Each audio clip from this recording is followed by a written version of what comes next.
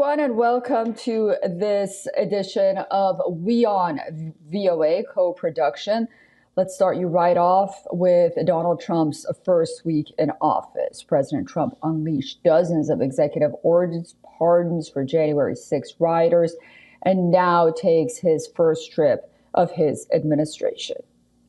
President Donald Trump is expected to visit hurricane and fire-damaged areas of the U.S. on Friday. The president will stop in North Carolina, which was hit by Hurricane Helene in September, and Los Angeles, California, where fires continue to burn and over 100,000 people are under evacuation orders. From Los Angeles, Jania Dulot has our story. Richard and Bushra Mauser came back to see what just 2 weeks ago was their beautiful home of 25 years in the Los Angeles suburb of Altadena, California. It's almost an impossible task to get in there and find anything. When you find something, it's just so melted. All the metal is melted together. I had some high-end audio equipment in there that I thought maybe somehow it could have survived something, or at least partially intact. But the more I dig in there, I realize it's just, the whole thing's just one melted metal glob of junk.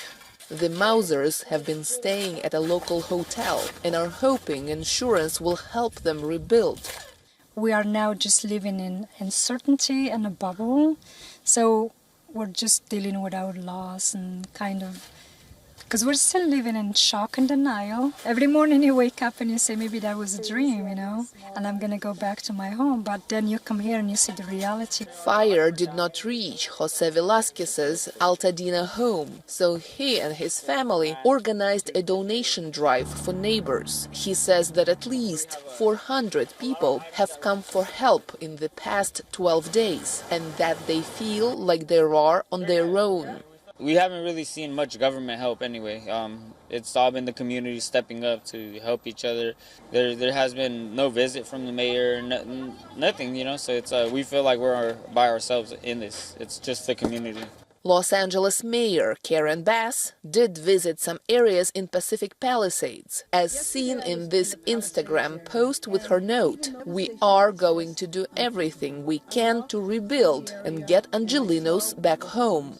President Donald Trump criticized local authorities' responses to the fire in his inaugural address this week, saying the Los Angeles fires were still burning, quote, without even a token of defense. The website for California Governor Gavin Newsom says the state leader has taken several measures to combat the fires, including ordering prepositioned fighting personnel throughout Southern California ahead of the fires, and deploying more than 16,000 firefighters and other personnel in response to the emergency. Meanwhile, a new blaze, the Hughes Fire, started in the mountains north of Los Angeles Wednesday, growing fast and forcing the evacuation of 31,000 people by evening. Following Trump's visit, Southern California may get some badly needed rain this weekend, which could dampen wildfires, but stoke worries about their runoff of potentially toxic ash. Jania Dulot, VOA News, Los Angeles. Joining us now live from Washington, D.C. is VOA correspondent Jessica Stone. Hi, Jessica. Firefighters continue to battle wildfires in Southern California. What's the latest on these efforts? So they're still going on in the Palisades and the Eaton Fire, which is north and west of LA. And you heard Jania Dulot mention that new fire that they're battling, the Hughes Fire, north and west of LA. That's forcing 30,000 people to evacuate. And it's burning an area of more than 41,000 kilometers. So this still continues to be a very large effort and an expanding effort to fight those fires. She also talked about the upcoming expectation of rain over the weekend. And that is really what local residents in LA are clinging to, that this could help quell the fires.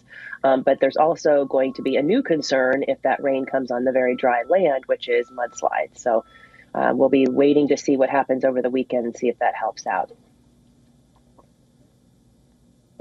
Oh boy.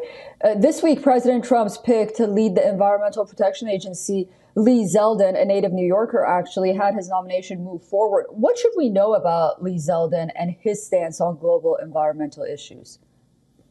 Well, as you said, he was a congressman from the state of New York. He did vote against the Inflation Reduction Act, which is the largest climate change legislation in congressional history.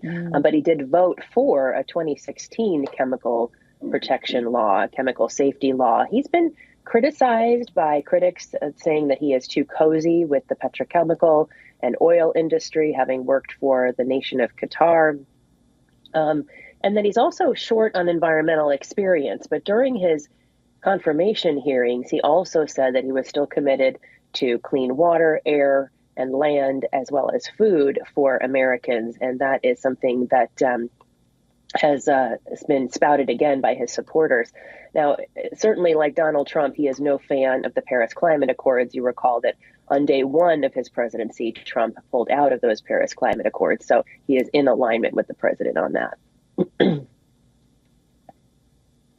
All right, Jessica, please do stay with us. I'd like to get you to weigh in on the other side of our next story as well. Well, President Donald Trump laid out his approach to foreign investment at the world's largest gathering of global business leaders, offering investors a take it or leave it deal to build in the United States or face stiff tariffs. VOA White House correspondent Anita Powell reports on the implication of Trump's return to the White House for the global economic machine.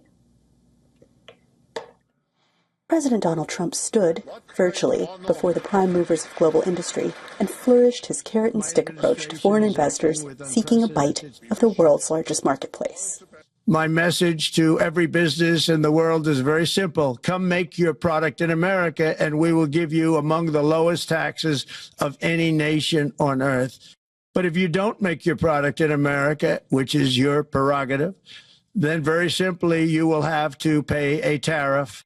Trump's message stood out from that of the other major powers at the World Economic Forum in Davos, Switzerland, which stressed multilateralism at this annual international gathering on public-private cooperation, where top figures discussed global and regional challenges, including environmental and energy issues, geopolitical shocks, and how to improve living standards and stimulate growth. Trump called for a fair relationship with the world's second biggest economy, China. Economic globalization is a result of social progress and technological advances, and it cannot be stopped. Protectionism does not solve problems, and trade wars help no one. We should take every chance to guide economic globalization and move it toward a better stage that is more vibrant, inclusive, and sustainable. Analysts explain the logic behind Trump's onstage commitment to guarantee supplies of liquefied natural gas to Europe, a move some of them worry could push prices higher for Americans. Eliminating European dependence on Russian oil and natural gas is a really important foreign policy objective for the president. I know he was very critical in the past, especially of Germany, for authorizing the Nord Stream 2 pipeline and of allowing an actual increase in German and European dependence on Russian fossil fuels to develop. Those who heard Trump in person shared their impressions with reporters afterward. This year's event drew 3,000 attendees from more than 130 countries. Well, I think that what we Europeans should take out of this is that we should strengthen our work to consolidate economic growth. It shows one reason why he won the election, which is he speaks forcefully. You may not agree with everything, but he speaks with a great deal of force. It's a vision solely centered on an American vision. There is nothing about the rest of the world. Discussions about some of the world's most pressing issues continued through Friday in this tiny town in the Swiss Alps. Anita Powell, VOA News, Washington. VOA Jessica Stone is still with us. Jessica, President Trump continues to favor tariffs as a negotiating tool. What has he announced so far?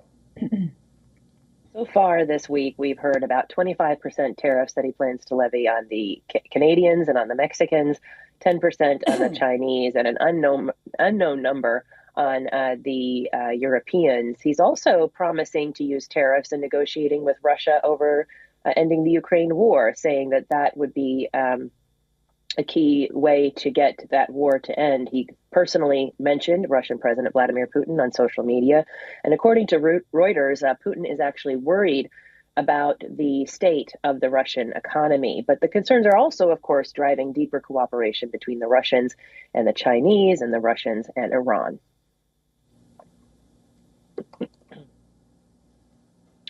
And Jessica, leaders who gathered at Davos are also watching the impact of Trump's immigration policy on the U.S. economy and the global one as well. Can you talk about the latest on that front as well?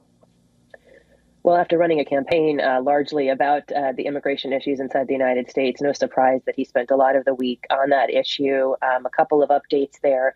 A federal judge yesterday ruling that he could not prevent the birthright citizenship award being given to people who are children who are born in the United States to undocumented or green card holders, people who are not U.S. citizens. A judge blocking the implementation of that law or that executive order that was issued on Monday.